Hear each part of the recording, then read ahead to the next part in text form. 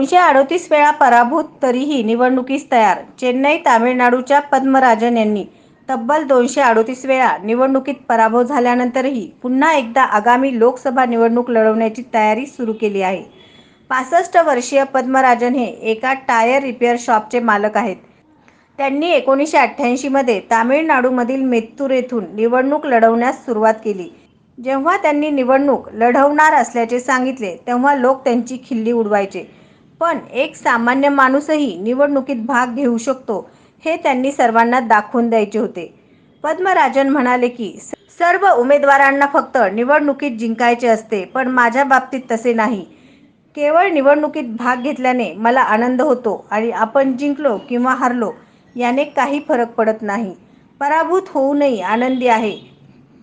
ते आताही तामिळनाडूच्या धर्मपुरी जिल्ह्यातून निवडणूक लढवत आहेत.